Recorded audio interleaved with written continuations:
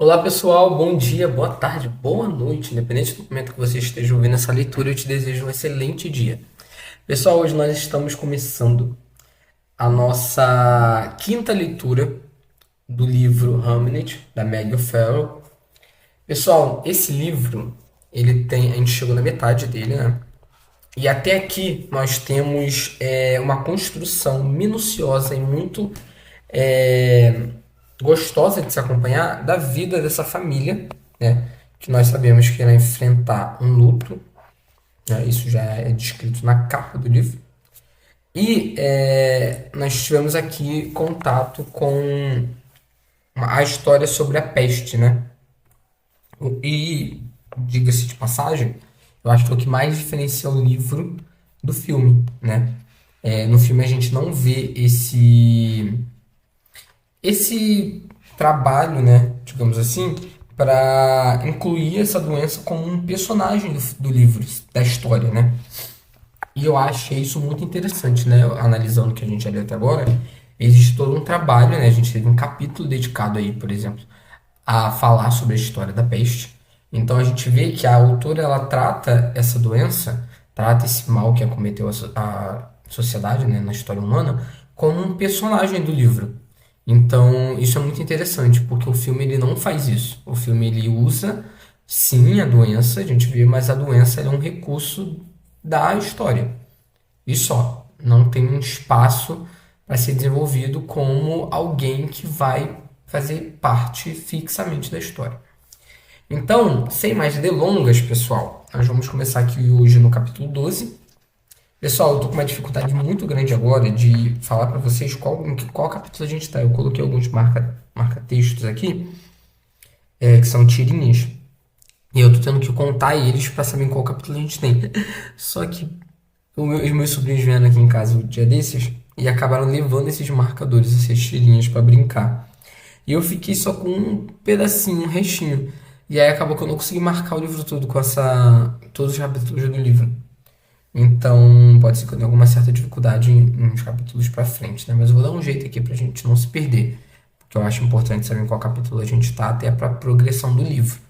Mas como esse livro não tem a marcação em números ou títulos dos capítulos, a gente acaba tendo um pouco dessa dificuldade. Mas eu sei que hoje nós estamos começando a nossa leitura pelo capítulo 12, tá bom?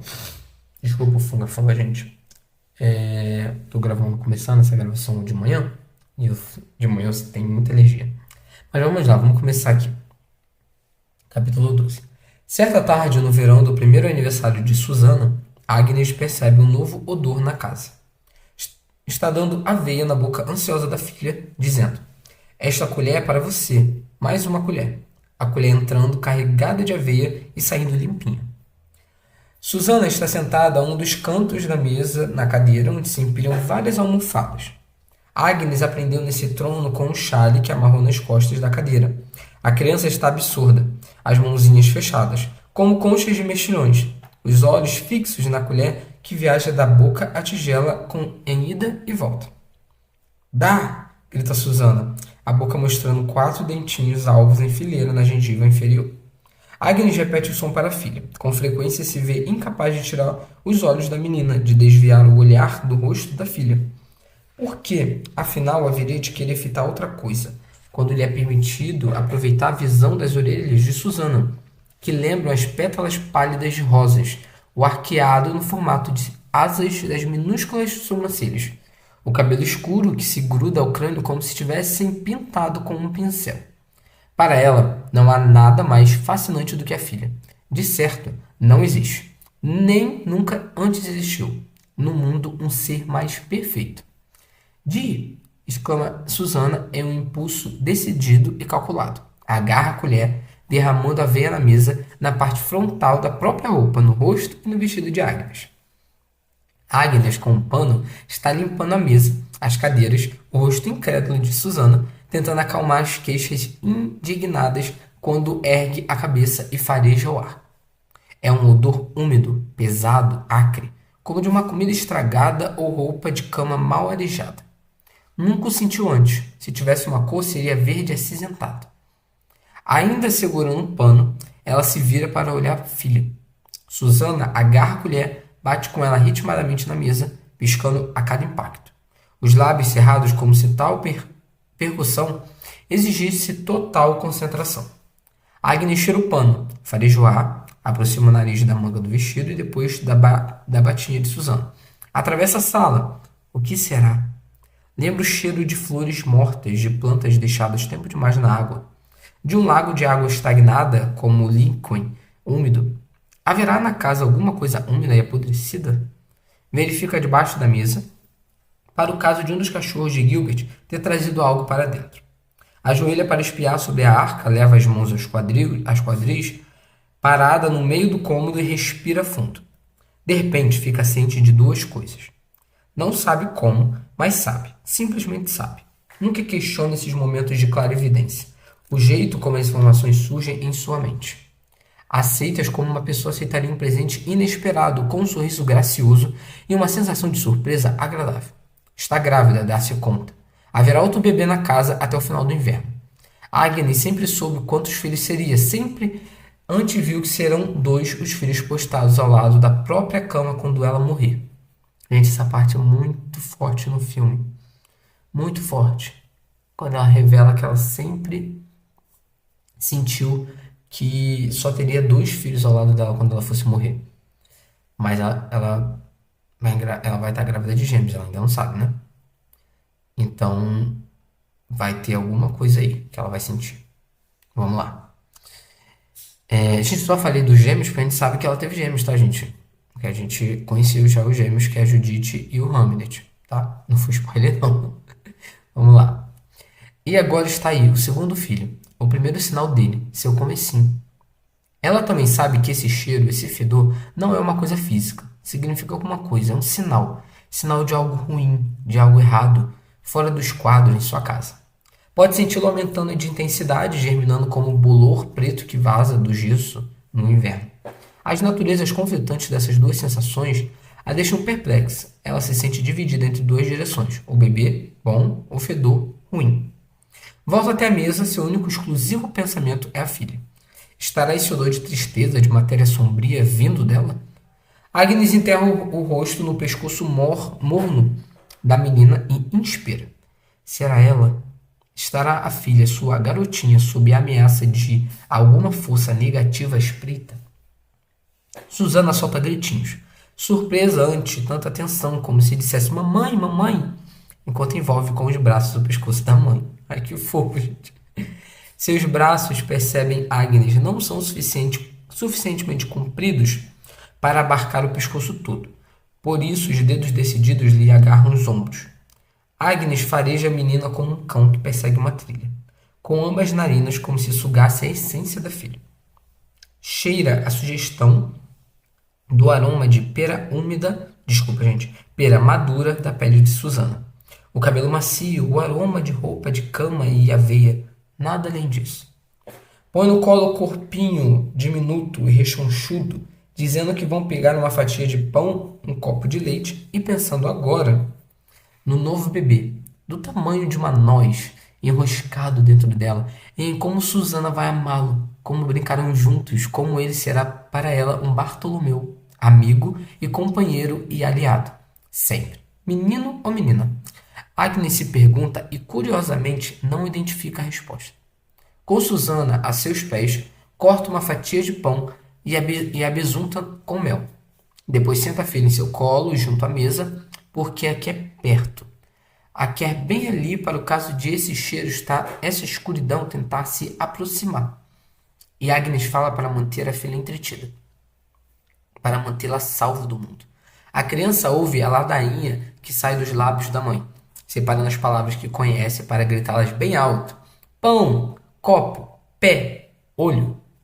Estão cantando uma música juntos, sobre pássaros em seus ninhos e abelhas zumbindo, quando o pai de Susana desce a escada e entra na sala.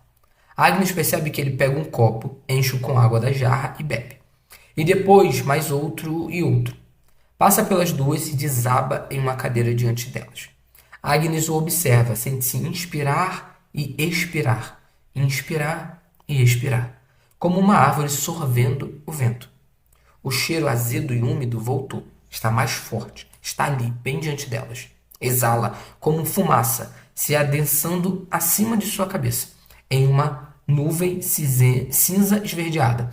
Ele carrega consigo esse cheiro, como se estivesse embrulhado em sua bruma. Ao que parece, o cheiro vem da sua pele. Agnes examina o marido. Nada mudou nele, não? O rosto sob a barba está escovado, pálido, como um pergaminho. Os olhos estão fundos sobre olheiras arroxeadas. Ele olha pela janela, mas sem ver nada do lado de fora. Aparentemente não enxerga nada diante dele.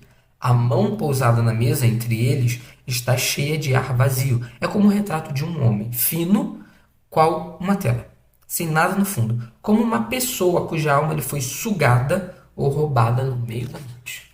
Nossa, gente, que pesado, né? Vamos lá. Como isso pode ter acontecido bem debaixo dos olhos dela? Como ele chegou a esse estado sem aviso, sem que ela visse os sinais? Houve sinais? Agnes tenta pensar. Ele anda dormindo mais que de hábito, é verdade. E passando mais tempo fora à noite em tavernas com os amigos. Faz um bocado de tempo que não lê para ela. À noite, à luz de vela, na cama. Agnes não consegue se lembrar da última vez que isso aconteceu. Eles têm conversado como faziam, ao lado da lareira à noite. Ela acha que sim, talvez menos que antes. Mas ela está ocupada com a filha e ele com as aulas vespertinas e as tarefas matutinas que executa para o pai. A vida vem levando todos eles em compasso, pensará Agnes, e agora isso. Susana continua a cantar, batendo palmas, as juntas das mãozinhas têm covinhas, todas elas impressas no osso. A música se repete, as mesmas 4 notas, o mesmo ruído de sons, vez após vez. É evidente que não agrada ao marido, porque ele crispa o rosto e cobre um dos ouvidos com a mão. Agnes franze o senho. Pensa no bebê em seu ventre, enroscado dentro d'água, ouvindo tudo o que está acontecendo, respirando esse ar insalubre. Pensa no peso cálido de Susana em seu colo, pensa nessa nuvem cinza de podridão que vem do marido. Será que o casamento, a filha, a vida que os dois levam juntos estão lhe fazendo mal? Estará sendo drenado de vida assim pelo lar que tem nessa pequena casa? Ela não sabe. A ideia a deixa em pânico. Como contar sobre o novo bebê em seu ventre quando ele se encontra em tal estado? A notícia só vai piorar essa melancolia e ela não há de aguentar vê-la recebida com tristeza, com nada menos que euforia. Ela o chama pelo nome, nada. Ela volta a chamar. Ele ergue o queixo e a encara. O rosto dele a horroriza. Cinzento, inchado, a barba desgrenhada e mal cuidado. Como foi que ficou assim? Como isso aconteceu? Como ela pode não ter pressentido essa mudança? O que foi que ela não viu ou optou por não ver? Você está doente? Indaga Agnes. Eu? Retruca ele. Parece precisar de bastante tempo para ouvi-la, para elaborar uma resposta. Não. Por que você pergunta? Você não me parece bem. Ele solta um suspiro. Passa a mão na testa, nos olhos. Verdade? Ela se levanta, pousa na filha no quadril. Toca a testa dele, que está pegajosa e fria como a pele de um sapo. Ele escapa com irritação do toque, afastando a mão dela. Está tudo bem, diz, e suas palavras são pesadas, como se cuspisse pedras ao falar. Não faça estardalhaço. O que está fingindo você? Pergunta Agnes. Susana chuta as pernas da mãe, tentando chamar sua atenção e dizendo que ela precisa cantar. Nada, estou cansado, só isso. Fica em pé, arrastando ruidosamente a cadeira. Vou voltar para a cama. Por que não come alguma coisa? Sugere Agnes, tentando calar Susana, balançando no colo. Um pedaço de pão, mel? Ele balança a cabeça. Não estou com fome. Não esqueça que seu pai queria que você acordasse cedo para. Ele a interrompe com um aceno curto de mão. Diga a ele para mandar Gilbert. Não vou a lugar nenhum hoje. Dirige-se então para a escada, arrastando os pés, levando o cheiro brumoso consigo como uma trouxa de roupa velha suja. Preciso dormir, conclui. Agnes observa o marido subir a escada, se escorando no corrimão. Vira-se para olhar nos olhos redondos, escuros e sábios da filha. Canta, mamãe, parece aconselhar Susana. Subcapítulo, gente. Na calada da noite, ela sussurra para ele e pergunta o que há de errado no que ele está pensando, como pode ajudá-lo. Pousa a mão no seu peito, onde sente o coração bater de encontro à palma vez após outra, vez após vez, como se fizesse a mesma pergunta sem obter resposta. Nada, responde o marido. Deve haver alguma coisa, insiste ela. Você não pode dizer o que é. Ele suspira, o peito subindo e descendo sobre a mão dela. O marido remexe no lençol, rearruma as pernas. Ela sente o queixo barbado contra o dela. O incessante movimento do lençol. O cortinado está fechado à volta de ambos, formando uma caverna em que os dois se deitam juntos, com Susana adormecida no catre, os braços abertos, a boca fazendo biquinho e o cabelo grudado nas bochechas. Por acaso é. Começa ela. Você está. Preferia que a gente não tivesse se casado? É isso? Ele se vira para ela, pela primeira vez em vários dias, e seu rosto tem uma expressão triste, horrorizada. Pressiona o dorso da mão da esposa e responde: Não, nunca. Como você pode dizer uma coisa dessas? Eu vivo exclusivamente para você e Susana. Nada mais importa. O que é então? Indaga ela. Ele leva os dedos dela um por um aos lábios, beijando-lhes as pontas. Não sei. Nada. Um peso na alma. Uma melancolia. Não é nada. Agnes está quase pegando no sono quando ele diz, ou parece dizer: Estou perdido. Perdi o rumo. Aproxima-se dela então e o agarra pela cintura. Como se temesse perdê-la para as ondas enormes, gigantescas. Subcapítulo, pessoal. Ao longo dos instantes seguintes, ela o observa com atenção como um médico vigiando um paciente. Constata agora que ele não dorme à noite, mas não consegue se levantar pela manhã. Que acorda ao meio-dia zonzo, empalidecido, o humor sombrio e pesado. O cheiro que exala é pior, um odor azedo, cansoso, impregnado na roupa, no cabelo. O pai chega à porta gritando, belicoso, mandando que o filho se mexa que dê início ao dia de trabalho. Ela vê que precisa se manter calma, equilibrada, precisa crescer de certa forma, a fim de manter a casa no rumo certo, de impedir que o lar de ambos seja assaltado pela escuridão que vem do marido. Contrabalançar isso tudo, proteger Susana, califar, ca- calafetar as próprias frestas, não deixar a escuridão entrar. Ela vê como ele arrasta os pés e suspira quando sai para dar aula. Observa olhar pela janela quando o irmão Richard chega na escola. Vê o jeito como ele se senta à mesa com os pais de cara fechada, brincando com a comida com um prato. Vê como ele estende a mão para a jarra de cerveja quando o pai elogia a forma como Gilbert lida com determinado empregado do costume. Vê Edmund entrar e ficar ao lado do irmão encostar a cabeça em sua maca. O rapaz precisa cutucá-lo com a testa várias vezes antes que ele se dê conta da sua presença. Ela vê a maneira ausente, cansada com que o marido põe a filha no colo. Vê Edmund encarar com intensidade o rosto do irmão, a mãozinha pressionando a pele barbada das bochechas.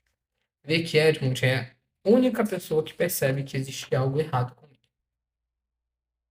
Agnes vê como o marido se assusta se o gato sobe na mesa, se a porta bate empurrada pela brisa, se um prato é posto com força demais na mesa. Vê o jeito como John grita com ele, zomba dele e cita Gilbert a compartilhar esse comportamento.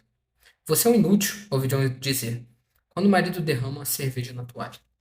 Será que não consegue nem botar cerveja no copo? Viu isso, Gilbert? Ela vê a nuvem acima dele escurecer e adquirir sua terrível força rançosa. Quer esticar o braço por sobre a mesa e pousar a mão no braço dele. Quer dizer que está ali. Mas, e se suas palavras não bastarem? E se ela não for um bálsamo suficiente para essa dor sem nome? Pela primeira vez na vida, Agnes teme não saber como ajudar alguém, não saber o que fazer. E, de todo jeito, não pode lhe dar a mão, não ali, não àquela mesa. Há pratos e copos de castiçais entre os dois, e Elisa agora está de pé para tirar os pratos, e Mary tenta dar a Susana pedaços de carne grandes demais para a criança. Existe tanta coisa para fazer em uma família desse tamanho, tanta coisa que exige cuidados, tanta gente precisando de tantas coisas diferentes. Como é fácil, pensa Agnes, enquanto tira os pratos, deixar passar despercebidas a dor e a angústia de uma pessoa, se esta fica calada, se guarda tudo para si, como uma garrafa muito bem tampada, a pressão no interior crescendo e crescendo, até o quê? Agnes não sabe. Subcapítulo. Ele bebe demais, até tarde da noite. Não na rua com os amigos, mas sentado à escrivaninha no quarto. Corta penas e mais penas que transforma em penas de escrever, mas nenhuma fica a seu contento, afirma ele. Uma é comprida demais, a outra curta demais, uma terceira demasiado fina para seus dedos. Elas riscam ou arranham a folha, ou borram ou mancham. Será que é demais pedir uma pena que funcione? Agnes acorda uma noite, ouvindo gritar essa pergunta. ouvindo atirar tudo contra a parede junto com o tinteiro, fazendo Susana chorar. Ela não o reconhece, enquanto aperta a filha no colo, o rosto lívido, o cabelo desgrenhado, a boca que grita, a mancha de tinta, tal qual uma ilha preta na parede. De manhã, enquanto ele dorme, ela amarra. De manhã, enquanto ele dorme, ela amarra Susana nas costas e faz o caminho até Riosland, parando no caminho para colher penas, corolas de papoulas, ramos de urtigas. Consegue achar Bartolomeu ao ir na direção de um ruído de batidas repetidas. Ele está no redil mais próximo, martelando o topo de uma viga de cerca para enfiá-la na terra e montar baias para os novos cordeirinhos. Ela sabe que o irmão poderia ter mandado outra pessoa fazer esse serviço, mas ele é bom com cercas. Sua altura, sua força extraordinária, sua dedicação inabalável e incansável a uma tarefa. Quando a vê, ele deixa o martelo cair no chão, espera, enxugando o rosto, observando enquanto ela se aproxima. Trouxe isso para você, diz Agnes, estendendo um pedaço de pão e um embrulho contendo o queijo que ela mesma faz no depósito da Hare Street, coando leite de ovelha em panos de musselina. Bartolomeu acende, aceita a comida, dá uma mordida e mastiga, tudo sem tirar os olhos do rosto de Agnes. Ele levanta um cantinho da touca de Susana e acaricia com o dedo a bochecha adormecida. Então volta sua atenção para Agnes. Ela sorri e ele continua a mastigar. Então, é a primeira coisa que ele diz. Ora, começa Agnes, não é nada demais. Bartolomeu arranca a casca do pão com os dentes. Me conte. É só que prossegue Agnes alternando o peso de Susana. Ele não tem dormido. Passa a noite acordado e não consegue se levantar. Está triste e emburrado, não fala, senão para discutir com o pai. Há um clima pesado em torno dele. Não sei o que fazer. Bartolomeu reflete sobre as palavras da irmã. Como ela sabia que ele faria com a cabeça inclinada para um lado, o olhar concentrado em alguma coisa à distância. Mastiga sem parar, os músculos das bochechas e têmporas retessados. Enfia o queijo do pão e do queijo na boca, ainda sem nada dizer. Depois de engolir, suspira, inclina-se, pega o martelo. Agnes fica distante, fora do alcance das marteladas. Ele golpeia a viga 2 vezes, ambas com extrema destreza. A viga parece estremecer e vacilar antes de se acomodar. Um homem, diz então antes de dar mais uma martelada. Precisa trabalhar. Ergue o martelo mais uma vez mais e golpeia a viga novamente. Trabalhar de verdade. Bartolomeu testa a viga com a mão e a considera firme. Passa para a seguinte, já meio fincada na terra. Ele é só cérebro, comenta preparando a martelada. Só cérebro com pouco juízo. Precisa de um trabalho que dê equilíbrio, propósito. Não pode continuar assim, um garoto de recados para o pai, dando aulas aqui e acolá. Com um cérebro daqueles, vai enlouquecer. Ele põe a mão na viga que não parece satisfazê-lo, já que pega o martelo para continuar o trabalho. Uma, 2 vezes, até considerá-la bem enterrada. Ouvi dizer, murmura Bartolomeu, que o pai não faz cerimônia em usar os punhos, principalmente com o seu professor de latim. É verdade? Gente, antes de continuar, ele falou uma coisa que é muito interessante. Deixa eu tomar meu café. Ele falou aqui que não dá para o homem trabalhar só com o cérebro, né? Precisa de algo mais. Sendo o que eu entendi, na verdade. Sendo bem bruto na interpretação, precisa de algo mais braçal, digamos assim. Que ele chama aqui de cérebro de verdade, que para ele, cérebro não. Trabalho de verdade é para ele, claramente, trabalho de verdade é algo braçal. E aí eu fiquei pensando, né? Hoje em dia a gente tem vários tipos de trabalho, né? Tem um trabalho braçal ainda e tem um trabalho mais, é, digamos assim, como que eu posso dizer, gente? Não é braçal, tem outro tipo de. É uma coisa mais, menos braçal, né? Menos braçal. Você usa mais o cérebro. E eu trabalho nessa área, eu trabalho com administração. A gente usa o cérebro. A gente não usa a nossa força, sabe? E aí, realmente, isso que ele falou tem um pouco de sentido. Porque quando você trabalha muito com o cérebro, o seu cansaço, ele parece que não passa. Para passar é muito mais trabalhoso do que o trabalho braçal. O trabalho braçal, você chega em casa, toma um banho, estica a perna, sei lá, toma uma massagem, alguma coisa assim, acabou. Agora o cérebro ele fica ali te consumindo, você tem que fazer terapia, tem que ter válvula de escape. É muito mais trabalhoso, sabe? Fazer esse descanso mental. Enfim, vamos lá, vamos continuar. Agnes solta um suspiro. Não vi com meus próprios olhos, mas não duvido. Bartolomeu está prestes a dar outra martelada, mas diz: Ele já perdeu os estribeiros com você? Nunca. E com a menina? Também não.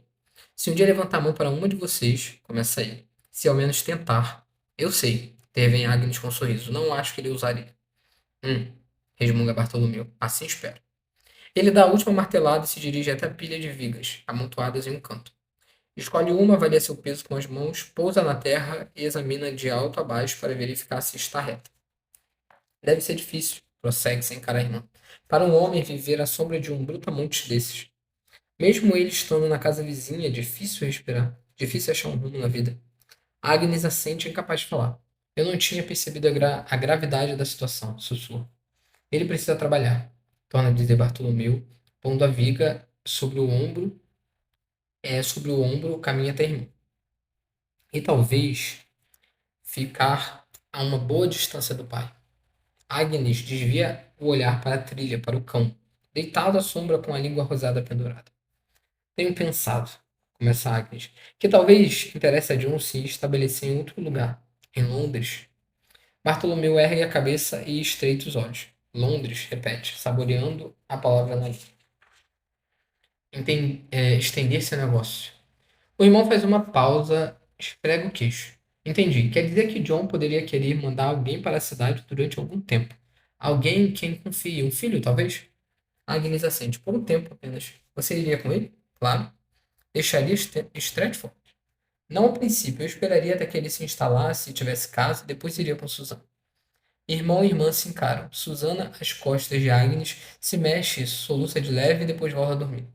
Londres não fica tão longe, comenta Bartolomeu. Verdade. Muitos vão para lá encontrar emprego. Isso mesmo.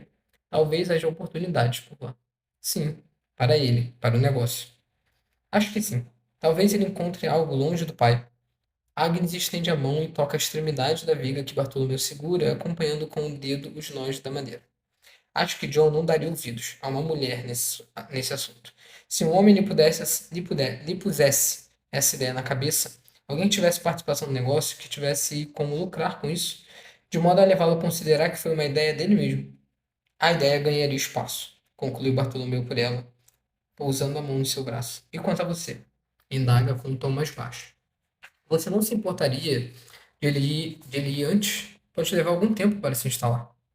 Eu me importaria sim, muito. Mas o que mais me resta fazer? Ele não pode continuar desse jeito. Se Londres puder resgatá-lo desse sofrimento, é o que eu desejo. Você voltaria para cá, diz ele, indicando Hilsland com o polegar.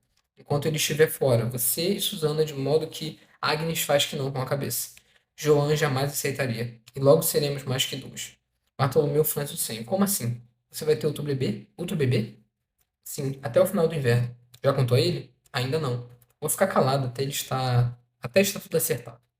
Bartolomeu assente e depois abre um dos seus raros sorrisos amplos para a irmã, pondo um braço potente em volta dos ombros dela. Vou falar com John. Sei onde ele bebe. Irei até lá hoje à noite. Finalizamos esse capítulo, pessoal. Deixa eu ver. 1, 2, 3, 4, 5, 6, 7, 8, 9, 10, 11, 12. Capítulo 12. Como eu falei para vocês, né? Como não tem distinção de capítulo aqui, né? Fica difícil para saber. O próximo capítulo é bem curtinho, tá? Vamos começar ele aqui. Vamos lá. Próximo capítulo. Acho que é o capítulo 3, né? Vamos lá. Agnes está sentada ao lado do catre junto a Judite com um pano na mão. Passou a noite ali. Não se levantou, não comeu, não dormiu, nem descansou. Tudo que Mary conseguiu foi que bebesse água. O calor do fogo é tamanho que suas bochechas estão rubras. Fios de cabelo escaparam-lhe da touca e se grudaram como garranhos úmidos no pescoço. Enquanto Mary observa, Agnes molha o pano na tigela de água e umedece a testa, os braços e o pescoço de Judith. Murmura algumas palavras para a filha, algo suave e tranquilizador. Mary se pergunta se a menina escuta. A febre de Judith não cedeu. O bubão em seu pescoço está tão grande, tão duro, que é capaz de estourar. E aí tudo estará perdido. A menina morre. Mary sabe disso. Pode ser essa noite, na hora mais escura, porque esse é o momento mais perigoso para os doentes. Pode ser amanhã ou mesmo depois de amanhã, mas há de chegar. Não há nada mais a fazer. Assim como 3 de seus filhos foram levados, 2 ainda bebês, Judite os deixará. Eles não mais a terão. Agnes está agarrada aos dedos inertes da filha, constata Mary, como se tentasse obrigá-la a viver. Há de mantê-la aqui e puxá-la de volta, exclusivamente só com sua força de vontade, se puder. Mary conhece esse impulso, sente-o, já o vivenciou. É esse o impulso agora e para sempre. Já foi, já foi a mãe ao lado do Catre vezes demais. A mulher tentando manter um filho vivo, tentando impedir sua partida. Tudo em vão. O que é dado pode ser tirado a qualquer momento. A crueldade e o desespero nos aguardam em cada canto, dentro das arcas, atrás de portas. Podem dar o bote a qualquer instante como um ladrão ou um salteador. O truque é jamais abaixar a guarda, jamais pensar que se está seguro, jamais considerar natural que o coração do filho bata, que ele sugue o leite, que respire, que ande, fale, sorria e brigue e brinque. Jamais, sequer por um segundo, esquecer que eles podem partir, podem ser arrancados de nós em um piscar de olhos, voando para longe como lanugem. Mary sente as lágrimas brotarem em seus olhos, sente a garganta se apertar, a visão do cabelo de Judith ainda traçando a linha do maxilar e o pescoço. Como é possível que ela vá deixar de existir? Que, dali a não muito tempo, ela e Agnes se vejam lavando seu corpo, escovando aquele cabelo, preparando-a para o enterro. Mary se vira abruptamente para pegar uma jarra, um pano, um prato, qualquer coisa, pousá-los na mesa e torná-los amovidos. Elisa, sentada à mesa com uma mão sobre o queixo, sussurra. Eu devia escrever, não acha, mãe? Mary olha para o catre, onde Agnes mantém a cabeça baixa, quase como se rezasse. O dia todo, Agnes se recusou a permitir que Elisa escrevesse para o pai de Judith. Tudo vai ficar bem, insistia, enquanto moía ervas com movimentos cada vez mais frenéticos, tentava fazer Judith engolir tinturas e chás, untava o corpo da menina com ungüentos. Não vamos assustá-lo, não é necessário. Mary se vira para Elisa e acende uma única vez, rapidamente. Observa a filha ir até o armário e dele tirar tinta, papel e pena. O irmão e os guardas. Desculpa, gente. O irmão os guarda ali para quando está em casa. Elisa se senta à mesa, mergulha a pena na tinta e, excitando, apenas um instante escreve. Querido irmão, lamento contar que Judith, sua filha, está muito doente. Cremos que não resta a ela muitas horas. Favor voltar se puder, e depressa. Deus o guarde, irmão querido, disse. Sua irmã amorosa, Elisa. Sobre o capítulo, pessoal. Antes disso, aqui, pelo menos no filme, foi ponto de virada para tudo que a gente vai, de fato, testemunhar, né? Depois da construção da história. Então, acredito que aqui vai ser o momento que a gente vai virar a história. Mary derrete a cera de selagem na chama de uma vela. Vê que Agnes a observa derramá-la sobre a página dobrada. Elisa escreve na parte da frente o endereço de onde o irmão está hospedado, então Mary pega a carta e vai até a cozinha, vai até a casa vizinha, que é a sua. Achará uma moeda, abrirá a janela e pedirá a quem quer que esteja na rua para levá-la à estalagem na estrada que sai de Strandford para que o estalajadeiro a envie, o mais rápido possível a Londres, a seu filho. Todo o capítulo. Não muito, não muito depois de Mary sair à procura de uma moeda, Hamlet vem à tona das profundezas do som. Fica deitado sobre o lençol algum tempo, imaginando por que nada parece direito, porque o mundo dá a impressão de ter enviesado de leve. Por que sua boca não está, por que sua boca está tão seca? Por que o coração lhe pesa tanto? Por que a cabeça dói? Ele olha para um lado do quarto escuro e vê a cama dos pais, vazia. Olha para o outro e vê o catre onde as irmãs dormem. Vê apenas um corpo debaixo das cobertas e então se lembra. Judith está doente. Como pode ter se esquecido? Põe-se de pé em um salto, arrastando consigo os lençóis e faz duas descobertas. A cabeça lateja de dor, como uma tigela cheia de água fervendo. É um tipo estranho, inusitado de dor. Uma dor que oblitera todo e qualquer pensamento, toda ideia de ação. Satura-lhe a cabeça, vazando para os músculos e o foco da visão. Ecoa nas raízes dos dentes, nas entranhas dos ouvidos, nas vias nasais e até nos fios de cabelo. Parece opressora, imponente, maior que ele. Hamlet se afasta da cama, carregando atrás de si os lençóis, mas tudo bem. Precisa achar a mãe. Incrível como é forte esse instinto, mesmo agora, em um menino de 11 anos. Recorda essa sensação, essa urgência, remotamente, da época em que era bem menor. A necessidade compulsiva de estar com a mãe, sob seu olhar, ao seu lado, suficientemente perto para estender a mão e tocá-la, porque mais ninguém lhe bastaria. Deve ser quase de manhãzinha, porque a claridade de novo. Desculpa, gente. Deve ser quase de manhãzinha, porque a claridade do novo dia começa a entrar nos cômodos, tenue e pálida como tênue e pálida como leite. Ele desce a escada, que parece zigue-zaguear à sua frente, um degrau de cada vez. Precisa se virar para encarar a parede porque tudo em volta está girando. No piso inferior, encontra a seguinte cena: a tia, Elisa, adormecida à mesa, a cabeça pousada nos braços. As velas se apagaram, afogadas em poças de si mesmo. O fogo foi reduzido a um monte de cinzas inertes. A mãe dorme com a cabeça no catre, segurando com firmeza um pano na mão. E Judite o encara diretamente. Jude, diz ele, ou tenta dizer, que a voz aparentemente não sai. Arranha, pinica, incapaz de sair da garganta seca em carne viva. Eu acho que eu vou me emocionar aqui, gente. Eu lembrei do filme. Vamos lá. Ele cai de joelhos e rasteja pela palha para alcançar a irmã. Os olhos dela cintilam em uma luz estranha, prateada. Judite piorou. Ele percebe isso. As bochechas encovadas estão pálidas, os lábios rachados e enxangos. Os inchaços no pescoço rubros e lustrosos. Ele se agacha junto à irmã gêmea, atento para não despertar a mãe. Sua mão encontra dela. Os dedos de ambos se entrelaçam. Ele vê Judite revirar os olhos uma, duas vezes. Então ela os abre e o encara, o que parece lhe exigir enorme esforço. Os lábios se curvam para cima no que poderia ser descrito como um sorriso. Ele percebe uma pressão em seus dedos. Não chore, sussurra ela. Hamlet volta a sentir o que sentiu a vida toda, que ela é a sua outra metade, que os dois se encaixam, ele e ela, como os dois lados de uma noz. Que, sem ela, ele estaria incompleto, perdido. Carregaria uma ferida aberta no flanco pelo resto da vida, no lugar de onde ela lhe teria sido arrancada. Como viver sem ela? Impossível. É como pedir ao coração que viva sem os pulmões, como remover a luz do céu e pedir às estrelas que façam seu papel, como esperar que a cevada cresça na ausência de chuva. Lágrimas começam a deslizar pelas bochechas dela, como sementes de prata, como se por um passe de mágica. Hamlet sabe que as lágrimas são dele, caindo dos seus olhos sobre o rosto da irmã. Mas podiam muito bem ser dela. Os dois são o mesmo, o único ser. Você vai ficar bem, murmura ela. Ele aperta os dedos da gêmea com raiva. Não, retruca ele, passando a língua nos lábios e sentindo o gosto do sal. Vou com você. Iremos juntos.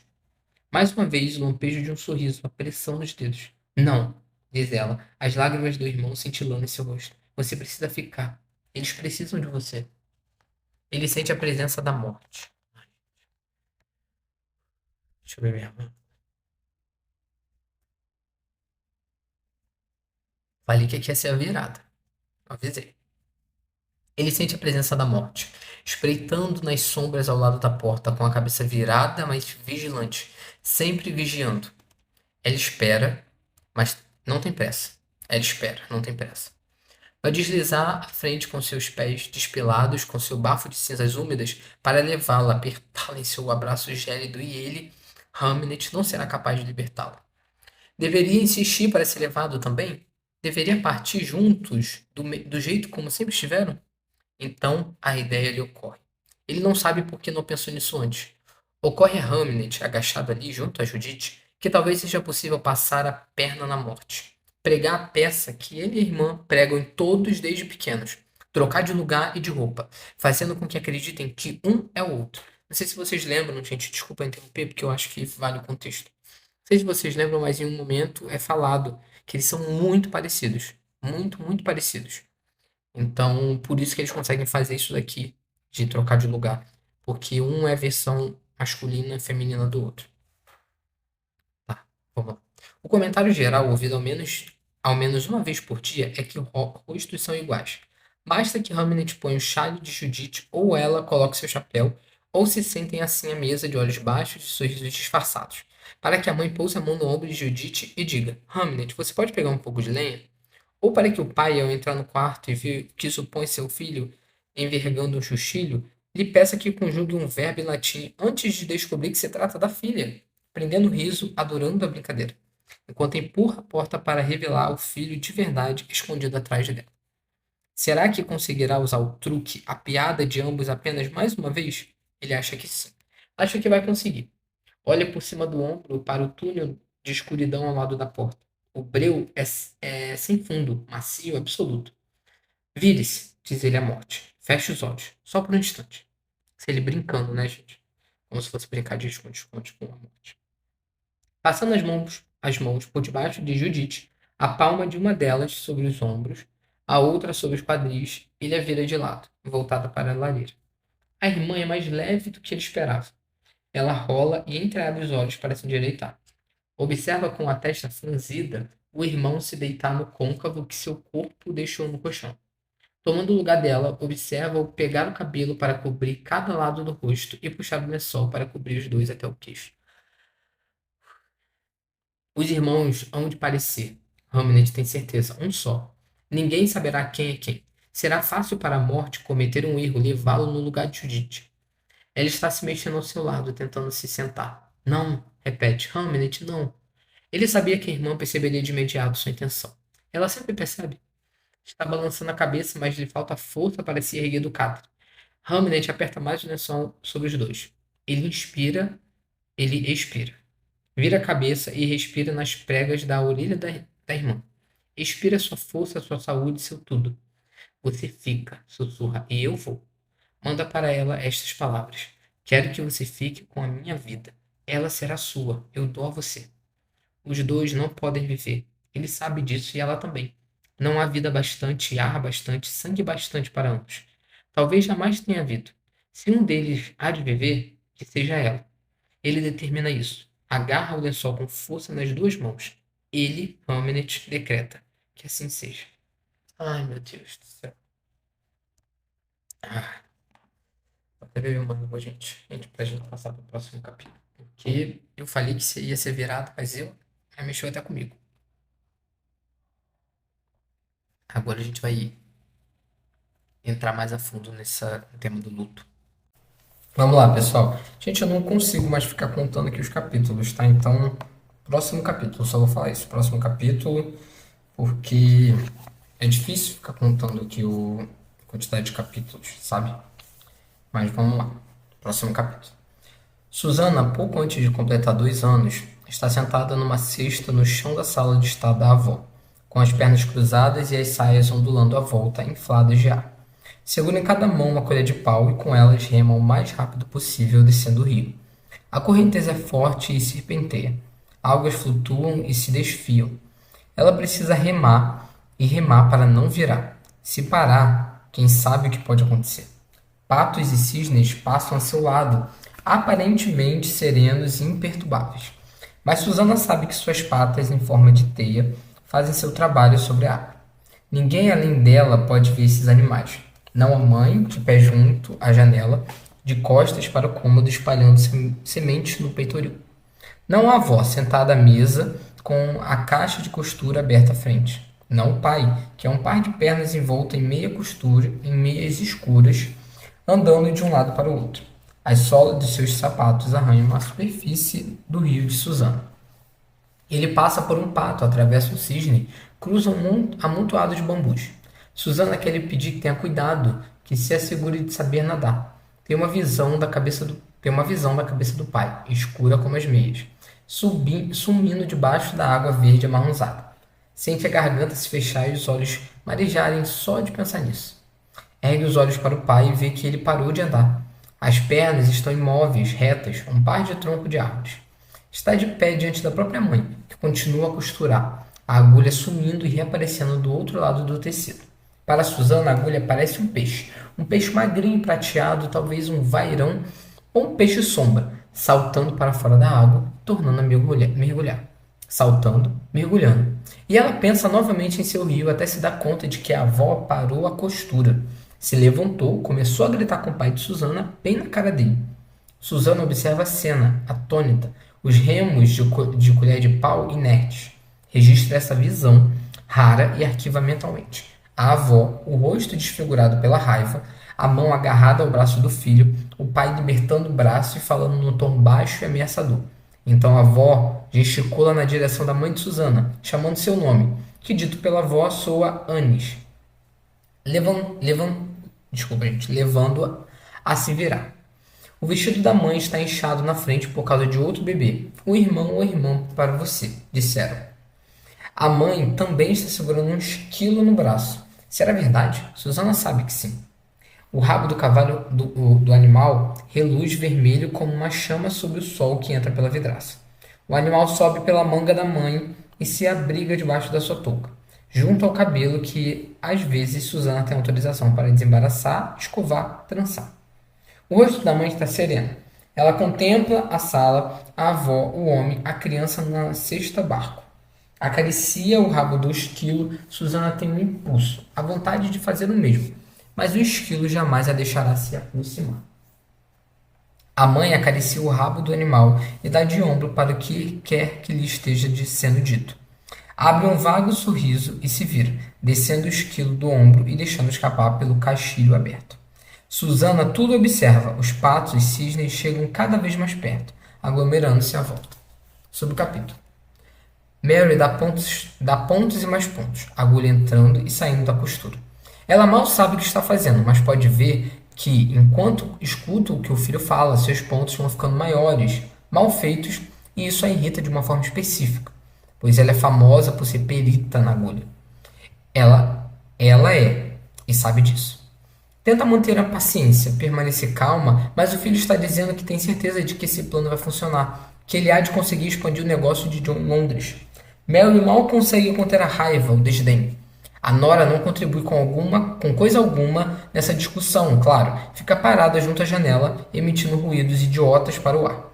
Tem um esquilo castanho com cara de rato que mora numa árvore junto à casa. Agnes gosta de alimentá-lo e acariciá-lo, de vez em quando. Mary não consegue entender por que e já falou com a nora que o animal não pode entrar em casa, pois Deus sabe que doenças e pragas pode carregar. Mas Agnes não ouve. Agnes nunca ouve. Nem mesmo agora, quando o marido está propondo partir de casa. Fugir e se esconder, quando o que realmente deveria fazer é se ajoelhar e pedir perdão para a mãe, que o acolheu, e a noiva e o seu barrigão em casa há menos de 3 anos. Ao pai que, Deus é testemunha, tem seus defeitos, mas sempre tenta fazer o melhor para a família.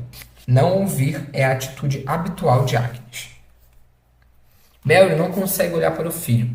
Não consegue olhar para a nora, ali, parada, barriga de novo grande, mimando aquele maldito esquilo como se nada de importante estivesse acontecendo. John trata Agnes como uma retardada, uma imbecil rural. Acende para ela quando a encontra em casa ou à mesa. Como vamos hoje, Agnes? Diz ele como se falasse com uma criança. Ele a observa com condescendência quando ela tira do bolso um emaranhado de raízes imundas ou abre as mãos para lhe mostrar um punhado de bolotas lustrosas. John tolera as excentricidades da nora, seu perambular noturno, sua aparência às vezes demasiada. As predições e previsões absurdas que vez por outra ela verbaliza. Os vários animais e outras criaturas que ela leva para casa. Uma salamandra que pôs numa jarra de água, uma pomba sem penas, da qual cuidou até sua recuperação total. Quando Mary se queixa ao marido na cama à noite, ele lhe dá uma palmadinha na mão e diz: "Deixe a garota em paz, ela é do campo, lembre-se, não da cidade." Ao que Mary poderia responder 3 coisas. Agnes não é uma garota, é uma mulher que enfeitiçou um rapaz muito novo, o nosso menino, para casar-se com ele pelo pior dos motivos. E você é leniente demais, isso se deve apenas ao dote dela. Não pense que não vejo. E também sou do campo, fui criada numa fazenda, mas por acaso saio por aí à noite e trago para casa animais selvagens? Não. Algum de nós diz com desdém ao marido: sabem se portar. Vai ser uma ajuda, segue dizendo o filho, alegre e insistentemente. Para todos nós expandir os negócios do papai é assim. Foi uma ideia inspirada que ele teve. Deus sabe que as coisas nessa cidade se tornaram muito difíceis para ele. Se eu levasse os negócios para Londres, tenho certeza de que poderia conseguir. Antes de se dar conta de ter perdido a paciência, que sumiu como gelo sob os pés, Mary se levanta e agarra o filho pelo braço, sacudindo e lhe dizendo: todo esse esquema não passa de tolice. Não faço ideia de quem pôs isso na cabeça do seu pai. Quando foi que demonstrou o mais ínfimo interesse pelos negócios dele? Quando foi que você provou ser digno desse tipo de responsabilidade? Londres, faça-me o favor. Lembre-se de que mandamos você buscar aquelas peles de cervo em Charlicot e você perdeu tudo no caminho de volta. E a vez em que você trocou 12 pares de luva por um livro. Está lembrado? Como você e ele podem sequer pensar em levar os negócios para Londres. Por acaso acham que não há luveiros em Londres? Vão comer você vivo assim que lhe puserem os olhos. O que ela realmente quer dizer é não vá. O que ela realmente deseja é que ele seja capaz de desfazer o casamento com essa criadinha em cujas veias corre a indisciplina, que ele jamais tivesse visto essa mulher da floresta que todos diziam que era estranha, inadequada como esposa. Porque essa criatura pôs os olhos no filho de Mary que não tinha emprego, que não tinha propriedade. Tudo o que queria era jamais ter arquitetado o esquema de mandar o filho como professor para aquela fazenda perto da floresta. Se pudesse voltar no tempo e desmanchar aquilo, ela o faria. Mary odeia ter essa mulher na própria casa. O jeito como ela surge do nada sem ser ouvida, o jeito como ela olha para através de você como que para a água e o ar, o jeito como ela sussurra e canta para a filha. O verdadeiro desejo de Mary é que o filho jamais houvesse tomado conhecimento do plano de John de abrir uma filial em Londres. A ideia da cidade, das suas multidões, suas doenças, a deixa sem ar. Agnes chama, enquanto o filho, com irritação, livra o próprio braço. Você com certeza concorda comigo. Ele não pode ir. Não pode simplesmente partir desse jeito. Agnes finalmente se vira. Continua Mary, constata, exasperada, a segurar o esquilo nas mãos. O rabo do roedor escorrega entre seus dedos. Os olhos, contas douradas e estriadas de preto, se fixam em Mary. Belos dedos os de Agnes, nota Mary com desagrado. Afunilados, alvos, compridos. Agnes Mary não pode deixar de admitir, uma mulher fascinante. Mas é um tipo de beleza perturbador, errado. O cabelo escuro não combina com os olhos verdes dourados, com a pele mais alva do que leite. Os dentes são regulares, mas pontiagudos como os de uma raposa. Mary descobre não ser capaz de encarar a nora durante muito tempo, de sustentar seu olhar. Essa criatura, essa mulher, essa doente, essa feiticeira, esse espírito da floresta. Porque ela é isso, todos dizem. E Mary sabe ser verdade. Enfeitiçou e seduziu seu filho, atraiu-o para uma união. Isso Mary jamais há de perdoar. Mary apela para Agnes agora. De certo, a esse respeito elas podem se unir. Com certeza a nora ficará do seu lado na tarefa de manter o filho junto a eles, em casa, seguro, onde podem ver. Agnes, nós estamos de acordo sobre isso, não estamos? Esses planos são tolos e sem qualquer base racional. Ele precisa ficar aqui conosco. Deve estar aqui quando o bebê nascer. O lugar dele é com você, com os filhos. Precisa conseguir trabalho aqui, em Stratford. Não pode partir desse jeito. Pode? Agnes? Agnes ergue a cabeça e seu rosto fica visível por um instante sob a touca. Ela sorri seu mais enigmático e enlouquecedor sorriso. E Mary sente um vazio no peito. Enxerga o próprio erro. Vê que Agnes jamais ficará do seu lado. Não vejo motivo, responde Agnes em sua voz suave e musical, para mantê-lo aqui contra a própria vontade. A fúria sobe a garganta de Mary e lhe dá vontade de atacar a mulher. Não importa que ela esteja grávida. Tem vontade de pegar a agulha e enfiar nessa pele branca. Pele que seu filho tocou e possuiu e beijou e tudo mais. A mera ideia a deixa doente, revira seu estômago. Pensar no seu menino, seu filho com essa criatura. Ela emite um ruído inarticulado, meio soluço, meio grito. Atira a costura no chão e se retira da mesa. Do filho, passando por cima da menina, sentada numa cesta perto da lareira com 2 colheres de cozinha nas mãos. Não lhe passa despercebido, enquanto ela se afasta, que Agnes e o filho começaram a rir. De início devagar, mas depois com mais intensidade, tentando abafar o barulho, os passos ecoando no piso de pedra, quando, sem dúvida, se aproximam um do outro. Subcapítulo. Semanas depois, Agnes caminha pelas ruas de Stratford, a mão agarrada ao braço do marido. O tamanho da barriga impede de andar rápido. Ela não consegue inspirar ar suficiente porque o bebê ocupa cada vez mais espaço. Sente que o marido tenta reduzir a velocidade por causa dela. Sente seus músculos estremecerem com o esforço de represar a necessidade inata de exercício, de movimento, de velocidade. Para ele, é como tentar se impedir de beber quando se está sedento. O marido está pronto para partir. Ela vê isso. Já houve muitos preparativos, muitas discussões, muitas providências a serem tomadas, cartas a escrever, malas a arrumar, roupas que Mary precisou lavar e tornar a lavar com as próprias mãos. Essa tarefa não é permitida a mais ninguém.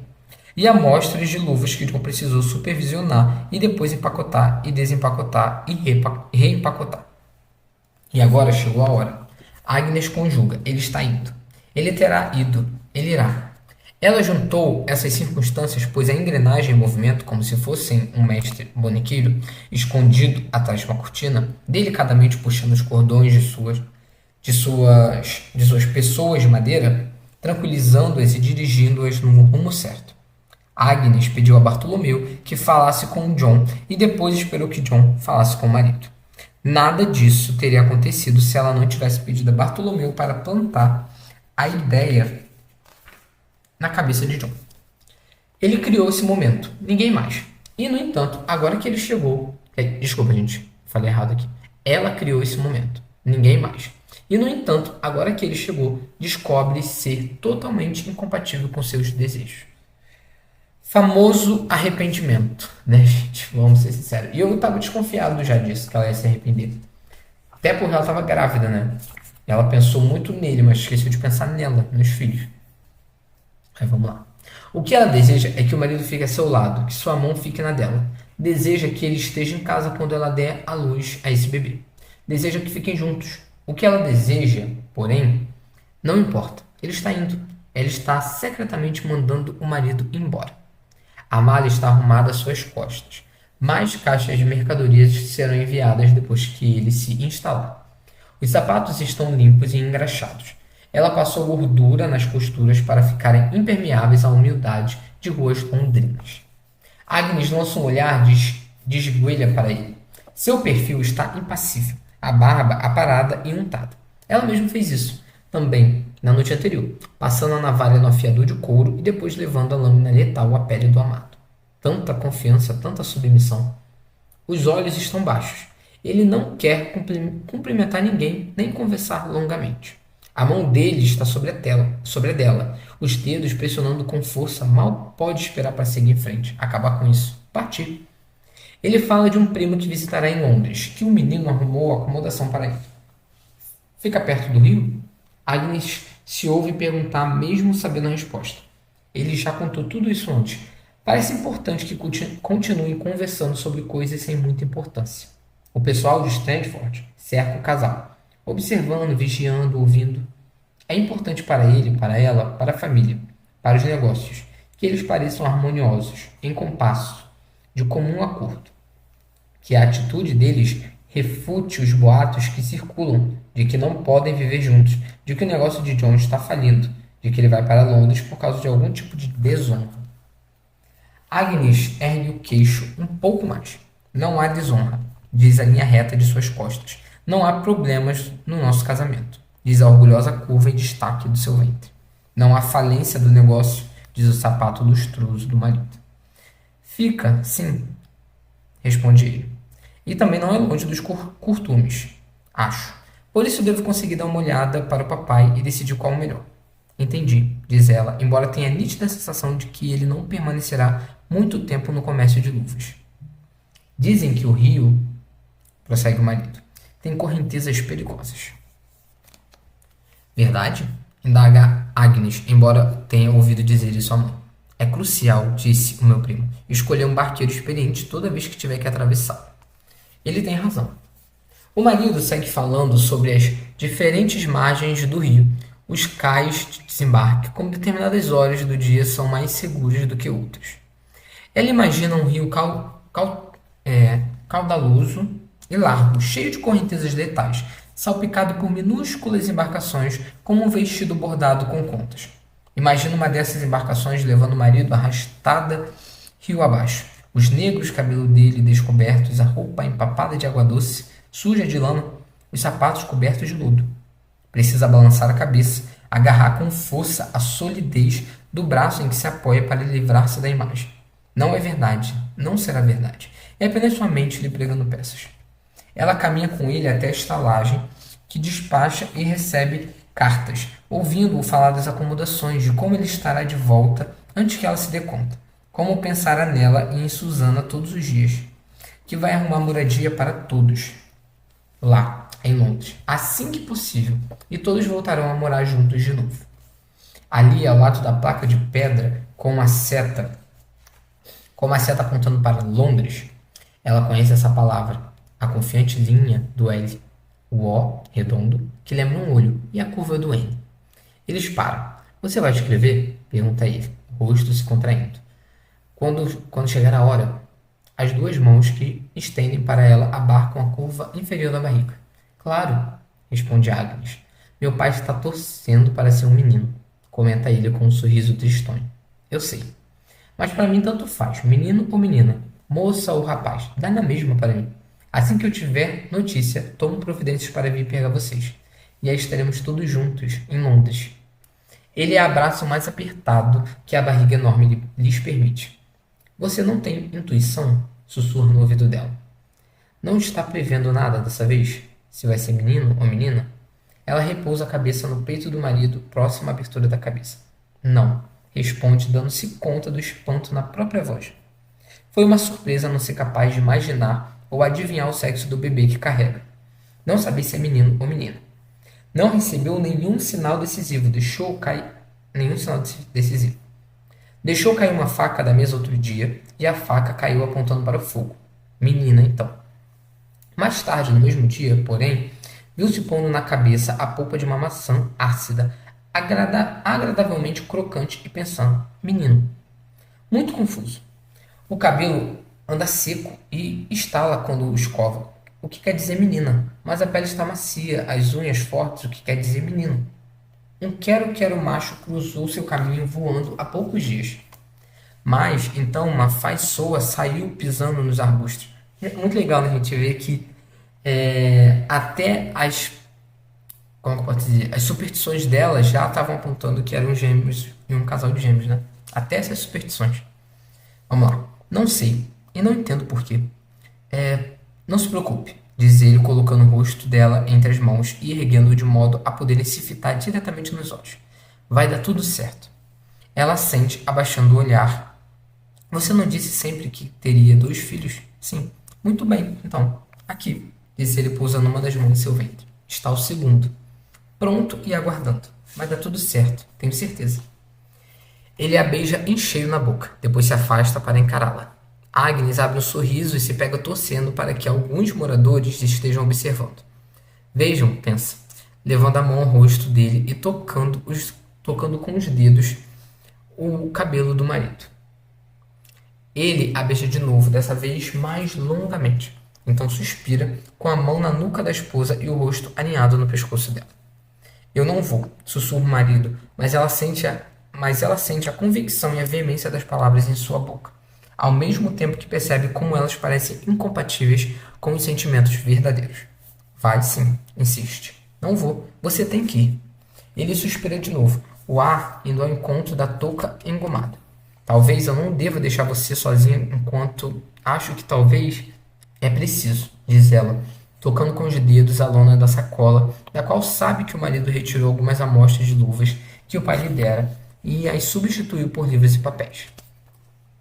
Dá um meio sorriso irônico. Talvez ele se dê conta de que ela sabe disso. Talvez não. Eu tenho sua mãe e sua irmã, prossegue pressionando a sacola, e toda a sua família, sem falar na minha.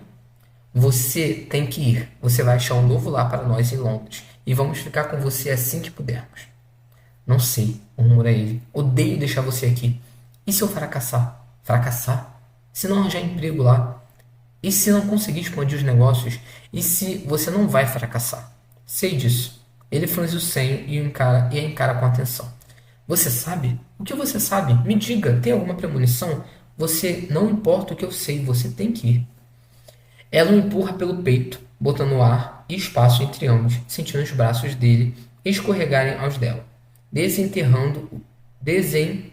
desenredando os dois. O rosto do marido está contraído, tenso, inseguro. Ela sorri, respirando fundo. Não vou me despedir, diz Agnes, mantendo a voz inalterada. Nem eu. Não vou ficar vendo você se afastar. Vou andar de costas, retruca ele, retrocedendo, para continuar vendo você. Até Londres, se preciso for. Ela ri. Vai cair num buraco, vai bater numa carroça. Paciência. Ele dá alguns passos rápidos, agarra a esposa e beija uma vez. Eixa para você, diz antes de beijá-la de novo. Eixa para Susana. E de novo. E eixa para o bebê. Pode deixar que eu entrego, promete Agnes, tentando manter o sorriso no rosto. Quando chegar a hora, agora vá. Estou indo, diz ele, afastando-se dela, mas ainda a encarando. Não parece que estou partindo se eu caminhar assim. Ela abana as mãos. Vá! Estou indo, mas estarei de volta no piscar de olhos para buscar vocês todos. Agnes se vira antes que ele chegue à curva da estrada. Levará 4 dias para chegar a Londres, a menos que consiga uma carona com um fazendeiro disposto a levá-lo em sua carroça. Ela pode tê-lo encorajado a partir, mas não vai observá-lo enquanto vai embora. Ela faz, mais devagar, o mesmo caminho da vida. Como é estranho percorrer as mesmas ruas, a rota ao contrário. É como escrever em cima de palavras velhas, suas pernas funcionando como uma pena, voltando sobre o mesmo texto, reescrevendo, apagando. Separações são estranhas. Soa tão simples, 1 minuto atrás, 4, 5. Ele estava ali, a seu lado. Agora ele se foi. Ela estava com ele, agora está só. Sente-se exposta, com frio, despelada como uma cebola. Lá está a banca porque passaram mais cedo, cheia de pilhas de panelas e serragem de cetro. Lá está a mulher que eles viram, ainda indecisa, segurando 2 panelas, comparando-as. Como pode ela ainda estar ali? Como pode ainda estar fazendo a mesma coisa, escolhendo uma panela, quando tamanha mudança, tamanha transformação aconteceu na vida de Agnes? Seu mundo foi partido em 2, e ali está o mesmo cão cochilando numa soleira. Ali está, uma jovem amarrando trouxas de roupas, exatamente o que fazia quando o casal passou. Ali está o vizinho deles, um homem de cabelo grisalho e um tom doentio na pele. Ele não vai chegar ao fim do ano, pensa Agnes, cumprimentando-a com a cabeça solenemente ao passar. Será que ele não vê que a vida, como ela conhece, acabou? Que o marido se foi? O bebê faz um movimento ligeiro, de acomodação, pressionando a mão ou o pé ou um ombro de encontro ao muro de pele. Ela pousa a mão nesse lugar, a mão de fora ao encontro da mão de dentro, como se nada tivesse mudado, como se o mundo continuasse exatamente como era antes. Terminamos esse capítulo, pessoal.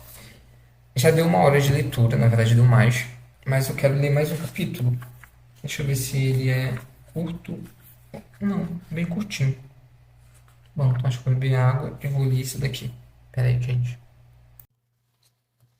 Então vamos lá, pessoal. Próximo capítulo, né? Já parei de falar aí o número do capítulo, né? Porque tá difícil de fazer esse acompanhamento. Então, né, vamos aqui pro próximo capítulo. E eu acho que a gente tá acabando a parte 1. É. Não nesse capítulo, tá, gente? Não nesse capítulo. Acho que a gente vai terminar a parte 1 durante a próxima leitura. Porque esse capítulo aqui é curtinho, mas vai ser o último que eu vou ler aqui nessa leitura. Vamos lá.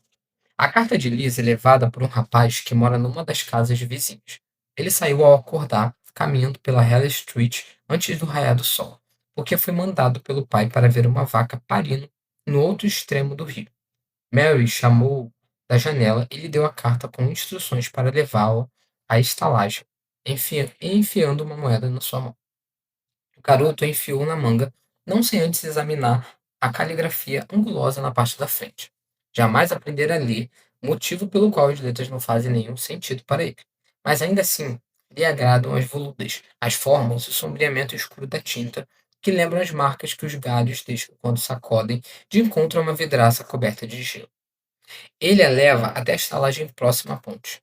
Depois continua em seu caminho até a vaca, que ainda não pariu, e o encara com os olhos arregalados, e, ao que parece ao rapaz, amedrontados, as mandíbulas ocupadas ruminando. Mais tarde, na mesma manhã, mais tarde, na mesma manhã, o estalajadeiro a entrega junto com outras a um comerciante de grãos que está a caminho de Londres. A carta de Elisa para o irmão viaja no alforje do couro do comerciante de grãos até Bamburgh. Acho que é Bamburgh, gente. De lá é levada de carroça para Stone Church, aterrissando à porta das acomodações do destinatário. O senhorio a examina, segurando-a contra a claridade do sol, que penetra enviesada no corredor. Ele enxerga mal.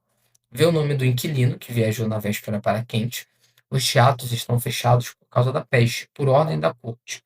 motivo pelo qual o inquilino e sua companhia de atores estão excursionando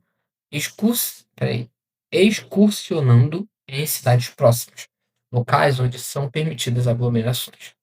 O senhorio precisa esperar a volta do filho, que foi tratar de algum negócio em Shepside. Quando ele chega, mal-humorado, pois a pessoa que supostamente iria encontrar não apareceu, e a chuva forte que caiu deixou um ensopado, várias horas se passam antes que providencie pena e tinta e pegue a carta que ficou sobre a lareira para, laboriosamente, com a língua para fora de um dos cantos da boca, escrever o endereço da hospedaria em Kent, onde o inquilino os avisou que ficaria. A carta, então, é passada de mão em mão até chegar a uma estalagem na periferia da cidade, onde fica à espera de alguém a caminho de Kent. Nesse caso, um homem que empurra uma carroça no qual se encontra uma mulher, um cachorro e uma galinha. Quando a carta o alcança, ele, inquilino, irmão, marido, pai e aqui ator, está de pé no auditório da guilda de uma cidadezinha na periferia de Kent. O auditório cheira a carne curada, a beterraba ensopada. Há um amontoado de ferramentas de cultivo e embalagens num canto. Nesgas estreitas de claridade penetram o espaço através de janelas altas e manchadas de mofo. Ele contempla essas pálidas nesgas de claridade, pensando em como elas se encontram a cruzar o auditório, criando arcos de luz e como elas dão ao espaço toda uma sensação subaquática, como se ele e o restaurante da companhia fossem peixes nadando nas profundezas sombrias de um lago enverdeado. Uma criança pequena, um menino, ele supõe, adentra o local, com a cabeça desnuda, roupa esfarrapada e aparência escrofulosa escrofulosa, e grita algo parecido com seu nome numa voz assertiva, aguda, acenando com uma carta, como se agitasse uma bandeira. Sou eu, afirma ele num tom cansado, estendendo a mão. Deve ser uma cobrança, uma reclamação, uma exigência de algum financiador. Atenção, diz para os colegas que vagam sem rumo no tablado, como se, pensa ele, não tivessem uma apresentação em menos de 3 horas, como se nada especial estivesse acontecendo ali, naquele auditório poeirento. Vocês precisam botar os passos da esquerda para a direita, assim, demonstra dirigindo-se à criança descalça. Ou, do contrário, um de vocês cairá do palco em cima da plateia. O tablado é menor do que os outros a que estamos habituados, mas precisamos nos adaptar. Ele para diante da criança que tem um cabelo curiosamente descolorido e olhos bem apartados, além de uma ferida no lábio inferior. Tem também sujeira sobre as unhas. Deve ter uns 7 anos, talvez mais.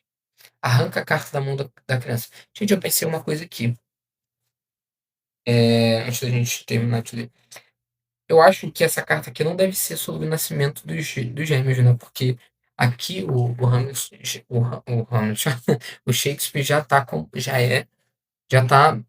fazendo teatro, né? Já tá fazendo peça. E não deu tempo, porque ela já tava quase parindo quando ele foi embora para Londres. Então, provavelmente essa carta aqui é para anunciar o que aconteceu depois do capítulo do. Sem ser o último, o outro que a gente leu. Penúltimo.